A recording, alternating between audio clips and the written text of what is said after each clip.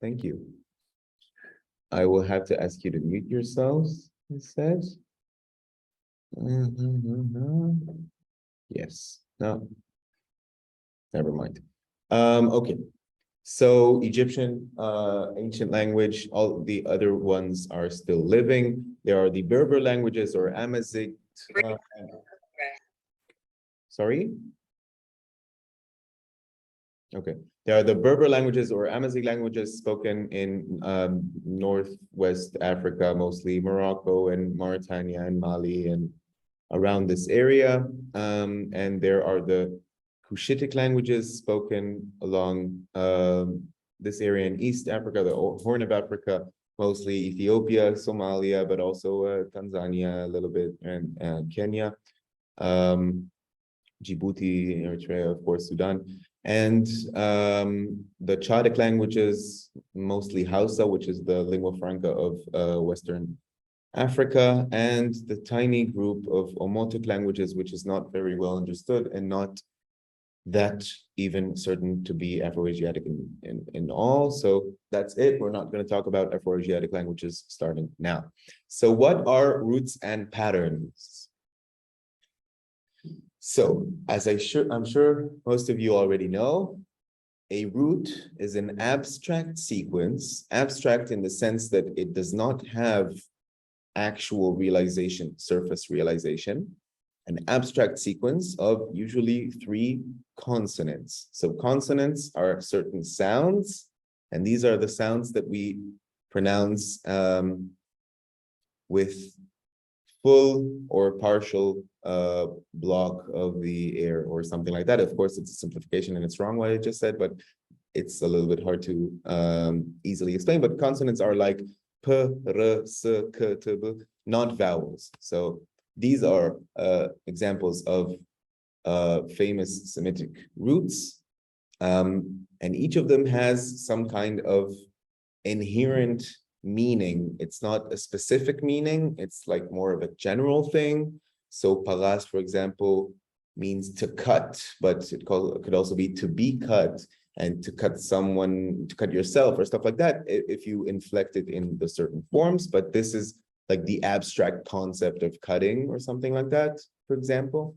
This is the abstract concept of writing, for example, and this is the abstract concept of, I don't know, ruling or advising, I don't know.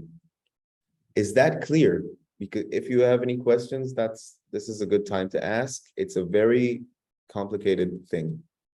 And I'm going to give examples, but anyone question? No. Okay. If you have any questions, don't hesitate. A pattern is a sequence of sounds to which we interweave the root. Like we put the root, the abstract root, into an abstract pattern, and then together they create a surface realization of a word. But you cannot speak a root or a pattern separately. They have to come together. So nouns, verbs, and adjectives in Semitic languages are typically and almost across the board created or formed by roots and patterns. And there are only very small, I don't know, exceptions to that. So if we look at the Akkadian word natnu, given, we can designate the root by just C consonant 1, 2, and 3, like C1, C2, and C3. That's the 3 consonants of the root. And the pattern is, for example, palsu or fa'lu or something like that. Like you can use any dummy consonants here for the C1, C2, C3 that you want. What's important for the pattern is the way the consonants are put together, what vowels they have around them, where there are no vowels, like for example, here there's no vowel, and so on. Is that clear? Once again, very complicated. It's really okay if you don't understand. I'll explain as many times as needed because it is complicated. And languages in general do not work like this, just Semitic languages. Do you have a question? No. So in this example, of course, C1 is N, C2 is D, and C3 is N. Again, in this root, C1 is P, C2 is R, and C3 is S, and so on. How do we know roots exist and are not just a figment of our imagination? Well, we don't, and linguists are really, really mad about this. Like, it's a very, very burning issue in modern linguistics, if there is such a thing as root or not. But it doesn't matter for our sake, because this is just honestly the best and most efficient way to describe these languages. I am not going to get into the issue of whether a root exists or not. This is just the best way to talk about Semitic languages. Even if there is no such thing as root, understanding them without the concept of root is almost impossible, or just extremely inefficient. So, list of Semitic languages. Anything before we start? It's going to be a doozy. So there's East Semitic, which is Akkadian, which of course you all know, attested for a very long time, and the international language of the Near East, ancient Near East, Middle East, during the 2nd millennium BCE, I think. And Eblite, much, much smaller, much, much less attested, and earlier than most varieties of Akkadian. And the other side is West Semitic, which is composed of 3 groups of languages, large groups: Ethio-Semitic, or Afro-Semitic, some people call it, because it's not only in Ethiopia, it's also in Eritrea, modern South Arabian, and Central Semitic. So, Ethio-Semitic is composed, well, usually it's divided onto South and not South. So the first 3, Ge'ez, which is the ancient Ethio-Semitic language and the liturgical language of both Ethiopian Jews and Christians. And Tigrinya and Tigray are considered not South because they were spoken, or are best attested. They are spoken, or Ge'ez is best attested, in the northern part of Ethiopia, around where there's a war right now. Very sad. And all the others are considered South Ethio-Semitic. They are spoken in Central and Eastern Ethiopia, so more south than the north, but not actual southern Ethiopia, because there are no Semitic languages. And they are Amharic, which is the official, or not official, or half official working language of Ethiopia, which has about 30 million speakers, native speakers, and at least 15 or 20 million more second language or third language speakers. There's a lot of bi or multilingualism in Ethiopia. There are more than 70 languages spoken in the country, but most people know Amharic and speak it among themselves, even if it's not their mother language. And Argoba is a very, very small language, spoken also in small pockets around Central and Eastern Ethiopia. It's very similar to Amharic, but quite different also.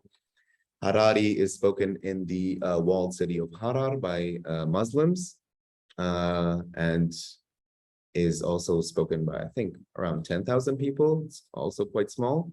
And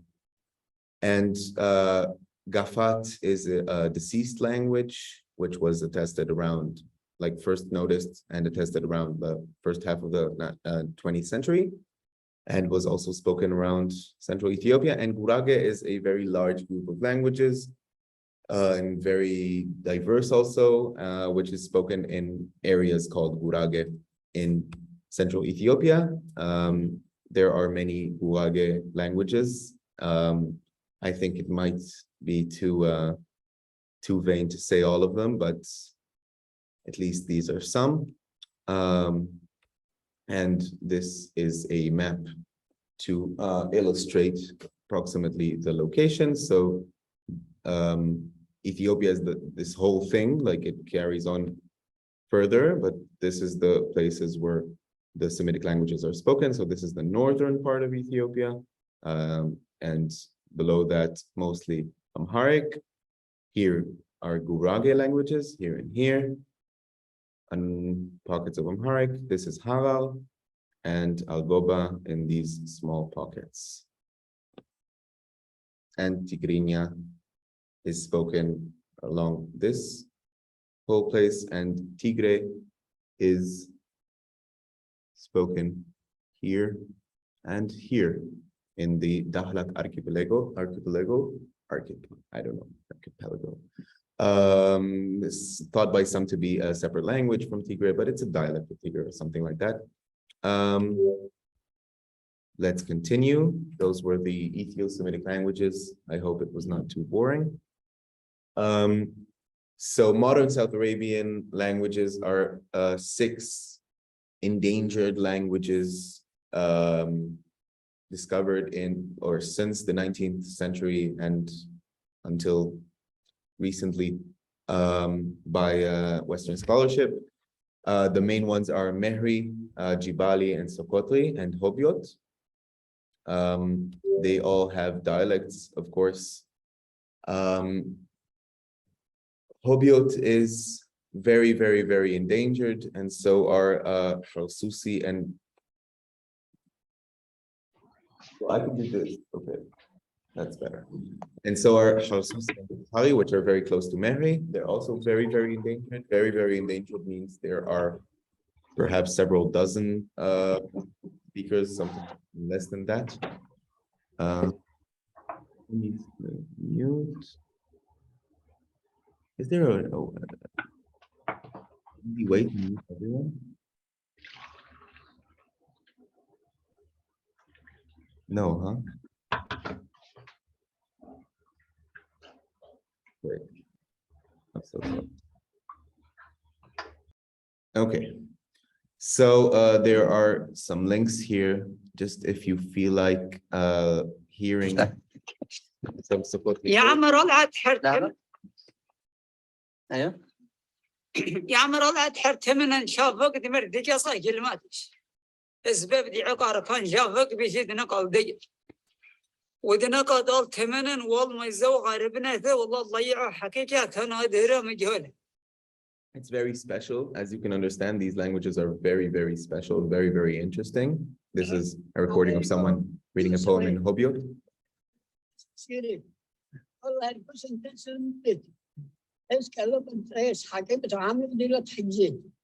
can barely hear, but they have all these weird sounds, interesting sounds, like they have the laterals, sh and cha, which is nice. So they are spoken. This is a zoom in on this area.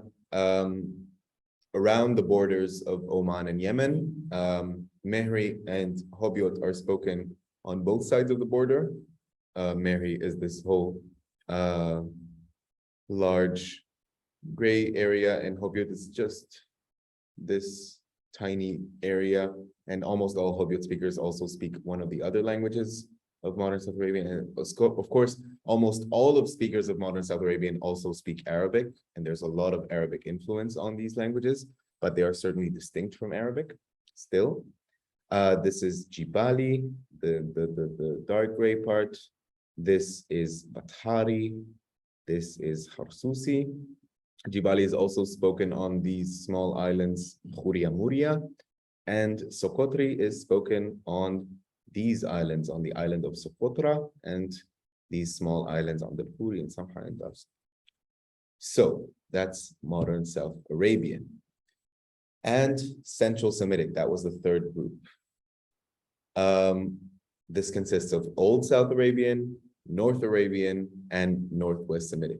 Now, I know this is very boring, and if you want to ask questions or try to shift the subject, that's also okay. Anyway, Old South Arabian is just 4 languages. Sabaik, which is the much better attested of all of them, and the other 3 small languages, Katabanic, Minaic, and Hadramitic. Sabaik is the reason that Old South Arabian is considered to be Central Semitic. So the truth is probably that Sabaik is Central Semitic, and we just don't know enough about the other ones. They are, or they were spoken, they are attested in this area of Western Yemen, so Sabaik, in a lot of these areas, and Minaic is just around here, Katabanic around here, and Hadramitic in Hadramaut, which is a little bit closer to the Omani border and to modern South Arabian. Also, Hadramitic is a little bit closer to modern South Arabian from some of the aspects. Any questions so far? Nothing. Okay. North. Oh, wait, all right. Oh yeah, sorry, Matthew. I guess I just get kind of confused. We say West Semitic, and yet also it includes a lot of the South Arabian. So did you say there was a South Semitic? There is no, we're not going to talk about a South Semitic, or like South Semitic is some kind of convention in scholarship to call all of the more southern languages, which are Ethio-Semitic, modern South Arabian, Old South Arabian, and even North Arabian sometimes. These are considered South Semitic, but it's not a branch. It's more like an aerial group, which has aerial features. Okay. So right now I'm talking about the, say, smaller groups and the ones that are more genealogically confirmed or believed. So North Arabian is Arabic, which you've all heard of, and these small old North Arabian languages, Safayidic, Dumayidic, Dedanidic, Ismaic, Hasayidic, Samudic, B, C, D, and F. They are attested from this area, mostly in modern day Jordan and Saudi Arabia, but also a little bit in Syria and even a little bit the Emirates, you can see, and Israel, and a little bit even Egypt. This is a map from Ahmed al-Jalad, and he divides them onto two groups, desert inscriptions and oasis inscriptions, which is interesting. So a lot of these inscriptions are just graffiti of people saying, I was here, please, may God bless me, I love this person, stuff like that. So it's not very long inscriptions. And people don't really know why they wrote them. But in general, the desert ones are quite scattered, and the oasis ones are from cities like Dadan and Taima and Duma, for example, all of them mentioned in the Bible. So they might sound familiar. Okay.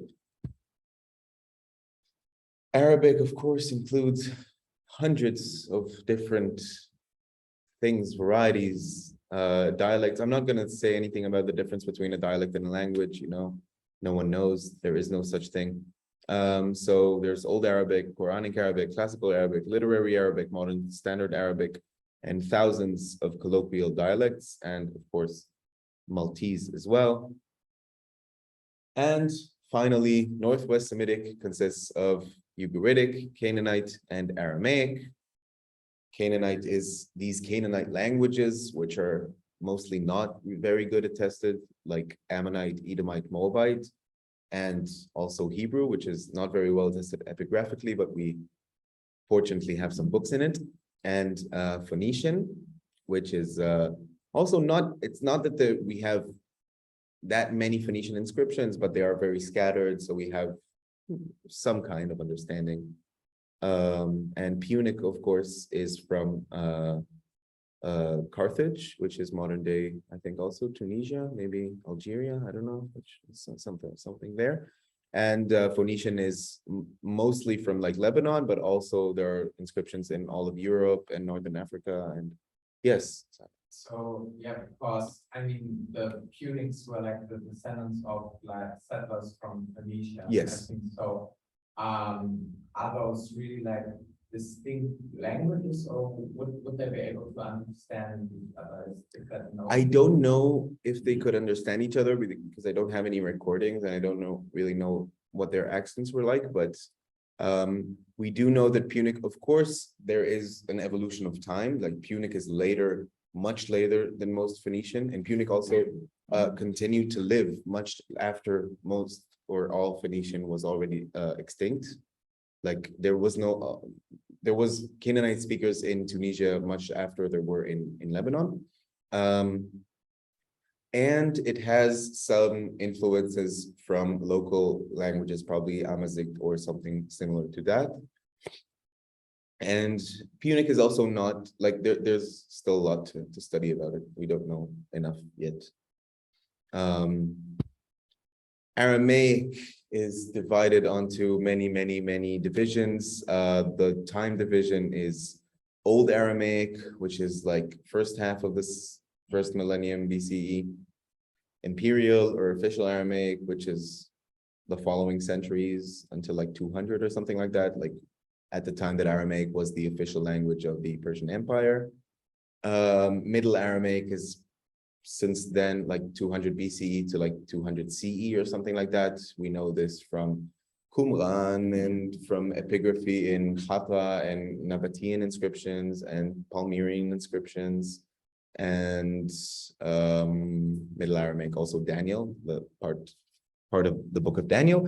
Late Aramaic, yeah. Late Aramaic consists of many dialects, Christian Palestinian Aramaic, Galilean Aramaic, Syriac, Jewish Babylonian Aramaic, and Classical Mandaic. This is pretty much 200 to like 700, I think, CE. And since then we don't know a lot, or like it could be 700, could be 1700, doesn't really matter, because then there's Neo-Aramaic, which is not descendant from any form of Aramaic we know, but it's close to many forms we know, and it's very interesting. So there's the Western stuff, which is, I don't know, maybe 300 speakers, or maybe even less than that. Neo-Western Aramaic, which is just 3 villages, Ma'alula, Jubadin, and Bacha. I think one of these villages was a few years ago also destroyed, so maybe just 2 today. Then there's Neo-Central Aramaic, many dialects of Turoyo, and the deceased dialect of Mahso, which is closest to Syriac, perhaps, and also Turoyo speakers call their language Syriac, like Suryoyo or stuff like that, and they write it in the Syriac script. These are mostly from Turkey, southern Turkey, and a little bit of Iran and Iraq, but most of them are in diaspora, I think, like in Europe, Australia, Sweden, a lot, Germany, some. In Leipzig also. Oh, nice. And then there's Neo-Mandaic.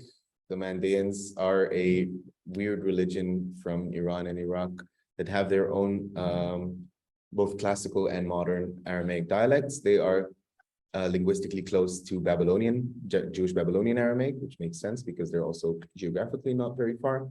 And many languages that are in the cluster of languages we call NENA, short for Northeastern Neo-Aramaic. These are most of the Aramaic speakers from Iraq, Iran, and Turkey. They are very small communities, very scattered, many of them also in diaspora because they were probably prosecuted or something by many different peoples and kingdoms. And also these languages, they're not highly endangered, but they're quite endangered, and it's not very likely that the next generations will speak it, certainly not as a first language. So, yep.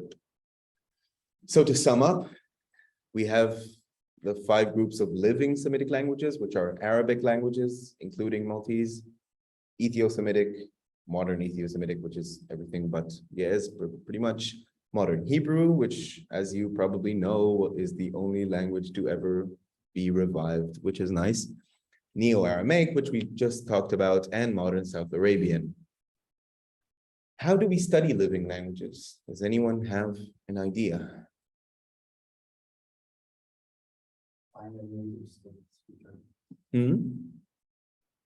Yes. Oh, sorry. Omar Al-Khuli asked if Talmudic Aramaic is Imperial Aramaic. Well, not really. Talmudic Aramaic, I don't know if you mean the Babylonian Talmud, which is in Jewish Babylonian Aramaic, or the Jerusalem Talmud, which is in Galilean Aramaic. And both of them also have parts in Hebrew, but it's not Imperial. It's much later. It's late Aramaic.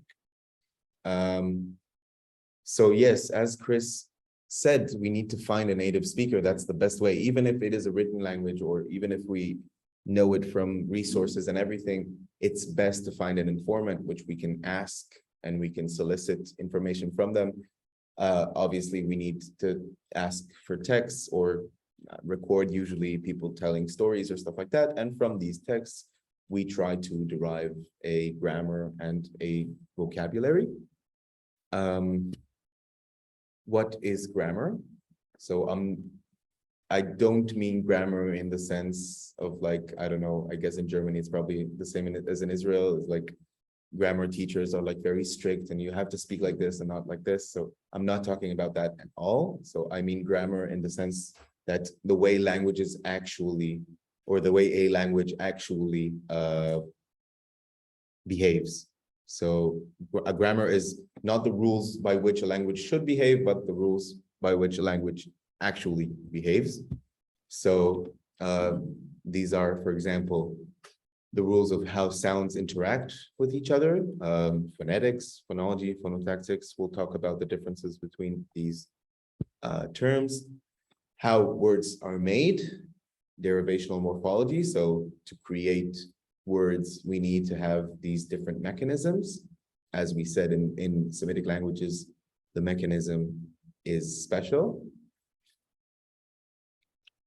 And how words change in context or inflectional morphology. So I do, he does, I did, stuff like that. So it's the same word, do, does, did, but I inflect it in accordance with my use of it. And finally, and what we will discuss the least, how words interact. It could be syntax and semantics and also a lot of more than that. But for several reasons, we will mostly focus on phonology and morphology. These reasons are mostly that, first of all, Semitic languages have a very special morphology. They also have a quite unique phonology, but it's not just that.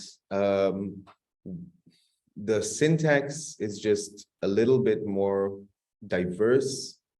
And we see that in Semitic languages, maybe even more than in languages around the world, languages tend to change their syntax relatively early because it's not, at least I don't feel that it's considered to be such an important part of the DNA of these languages because their morphology is already so rich and complicated and special that it is the one that keeps, like if we look at Semitic languages today, living ones and deceased ones, they don't have the same syntax, they don't have 2 or 3 even types of syntaxes, but they all share a basic morphology of how to create words. How do we study ancient languages, which you all probably know much better than me? Yes, Simon. I mean, there are written accounts of some languages, like Akkadian or Arabic, Yeah. where you can just read them. Yes. Especially languages like Arabic, where the modern language is still spoken, it gets easier because you can basically backtrace through the written works how the language is supposed to be like. Yes, yes. Be written at a certain time. But that's already related to the next question, which is how we compare them. But yes, we do this through philology, which also we get text from it and we derive from them a grammar and a vocabulary, so pretty much the same. And the ancient Semitic languages are East Semitic, as we said before, attested from around 2400 BCE to around 100 CE, but probably ceased to be spoken before that. Question is when? No one knows. We have Northwest Semitic or epigraphic Northwest Semitic, which I mean like the inscriptions. So about 1200 BC, that's the earliest inscriptions of Phoenician, I think mostly arrowheads or stuff like that. And until Aramaic and Hebrew inscriptions around 300, 400, 500 CE. Old South Arabian is attested from approximately 1000 BCE to 500 CE. Old North Arabian just slightly later. And Ge'ez just slightly later. Ge'ez ceased to be spoken as a native language around at this time, like 1300 or 1400 CE, but it was still used to write, like kind of like Latin. People wrote a lot of books in Ge'ez even after that time. So they only started writing in other Ethiopian languages much, much later, or almost at all, much, much later. And now, how do we compare living languages with ancient languages? Does anyone have an idea? Yes, I'm. Yeah, I mean, you could, if you have two different branches of a language family, and both of these still have living languages, you could relate how a language that isn't tested might have functioned in relation to a language that is tested based on how the one living language relates to the other living language, because they would have to have similar sound changes in the past. So That's very interesting. It's very difficult though. We find it very hard to study languages that are unattested. Like we don't do that. But I guess it should be done and it can be done, but it is very speculative, so it's difficult. But what you said earlier about like Arabic, if you look at the development, that is true that the languages that have both ancient and modern counterparts like Arabic and Aramaic and maybe even Hebrew, you can truly see, maybe less Hebrew, but Aramaic and Arabic, you can really see the development over time. And even in Akkadian, which is only ancient, but it has such a long time span, you can see the development over time and you can see how the language changes, which is nice. So obviously vocabulary and grammar, just like I said before, that's what we take from informants and from philology. So that's what we need to compare. And how do we compare it? So I have some very famous cognates here, starting with the very, very basic ones like mother and father, which of course exists in a lot of places in the world, but these are definitely the first things people noticed when they started comparing Semitic languages, that they have such similar vocabularies. These were understood before the morphology part, because well, I think that Semitic speakers really take this morphology part as something that is obvious. Like, I don't think it's something people think about. So no one, it took longer to notice that Semitic languages share more than just vocabulary. Alejandro asked, what is my opinion in regards to glottochronology? I don't do that. I don't really have any opinion about that. I'm sorry. So anyway, if we look at several representatives that anyone wants to read, that would be nice. Yeah, Simon. So I'm gonna do my best. So mother is negating umu in in Arab and Aramaic, Syriac it's amo. Very good. In Arabic it's and yes Yep. and in Mary it's am. Yeah, very good. Yeah, you don't have to really put too much effort into the vowels. That's very nice of you. So this sign, of course, is the Aleph sign we use in IPA. I hope everyone is okay with that. And if it's really too confusing, please let me know. Does anyone want to read the second, or we can just move to the next examples, but obviously it's not like Abu, Ab, Av, Ava, Ab, Ib. It's very similar. It's hard to say if it's similar enough to determine that these languages are certainly related, or they must have had a common ancestor or something like that. I think these ones like Akhu, Akh, Akh, Aha, Akh, Akhu, maybe not the Mehri Khan, maybe is a little bit more obvious. We can also look at body parts. Chris, do you want to read this time? No? Nose. Oh, yeah. Yeah. Okay.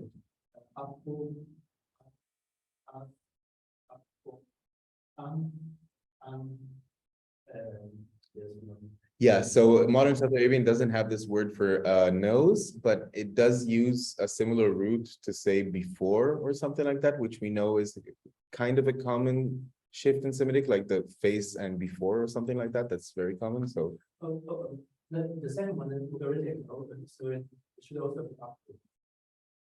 yeah. No, this is just the transcription, This is Aleph A and this is Pei. So you're right. It should also be Apu. And hand. You want to perhaps read? No, it's okay. You don't have to. Yeah, Jonathan, do you want to try? It's okay if you make mistakes. Everything is, of course.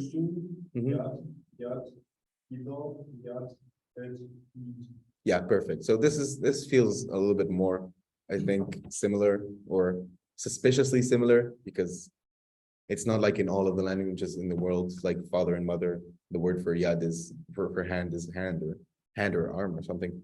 The Akkadian has an asterisk because, as you probably know well, it's not the regular word for hand in Akkadian, but it's also a pretty common word, or at least it exists. And then we have the word for rib, tselu in Akkadian. I don't know how to read it in Hebrew, with something like tsela. Hebrew tsela, Aramaic il'a, that's weird, but that's the way it is. Arabic dila, yes, does not have this word, and Mary has it tsala, which is nice, or tsala, sorry. Ejective, yes, exactly. Tsala. And nail, we have tsupro in Akkadian, tziporen in Hebrew, tefro in Aramaic, vulfur in Arabic, tzufr in Ge'ez, and tfer in Mehri. So is everything here clear, or does this feel very, very like confusing? Because it is quite confusing. And these words are not actually the same, but they're kind of similar. So if you don't see the similarity, don't be embarrassed. You can say it's okay. Let me know. And then we have some animals, which also, I guess, feels kind of less basic than body parts and family members, but a lot of these animal names are also in common between the languages. So where Akkadian has imeru for donkey, Ugaritic has hamar or something, I don't know. Hebrew has chamo, Aramaic hmara, Arabic himar. Ge'ez doesn't have this word, and modern South Arabian does not have this word, but it does have the root hamara in the meaning to tame a horse, which is nice, probably related, must be. And then eagle, nashru, nashr, nesher, neshra, nasr, nasr, noher. We have this nice shin to hay shift in Mehri. Bear, dabu, dub, dov, dibba, dub, dub. And leopard, nimru, namel, nemra, nimr, numr, namel. I don't know why they had such a common word for leopard. I didn't know that there were leopards in this area, but probably, I guess. Organic has nimret for female. It does have nimret, really? Yeah. Oh, thank you. I didn't know that. I did not remember. I will add it. I did not find it in the Lolmonete, probably. Or no, I tell you what, I didn't find it in set. Never mind. Cool. Thank you. And grammar. Okay, so this is what I like to think of as Gulata Koteret, the most important and beautiful thing. And the way it's similar between the different languages is just so uncanny that it cannot be ignored. So does anyone understand what this table means, or like, does anyone want to say something, or should I just keep on? Someone recognizes some words in this table, I'm sure. It's the basic form of the verb with the two or three conjugations with perfective and imperfective. Yes, I did. By intention, I did not add, intentionally, I did not add the names of each tense because they differ between the different languages. But, sorry. But these forms are just pretty much the same. So in Akkadian, we have this three-way system of ipus, iparas, and paris. Does anyone of the new students want to say which is which, or have you not studied this yet? So